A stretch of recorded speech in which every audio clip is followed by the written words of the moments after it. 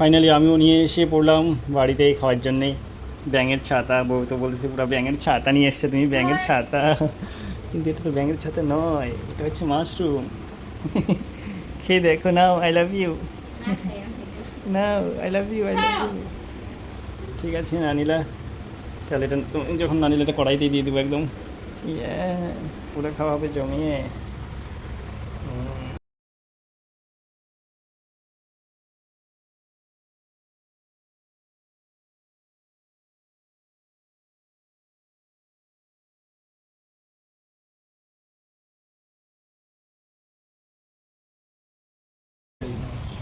তো মাশরুম করা মোটামুটি শেষ।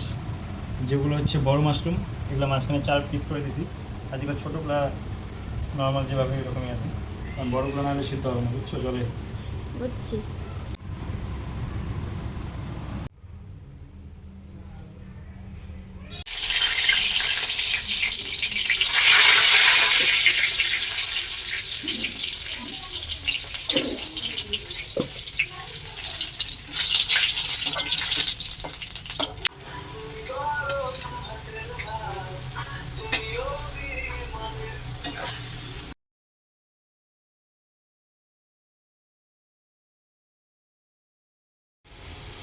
গরম মশলা দিলাম নাকি?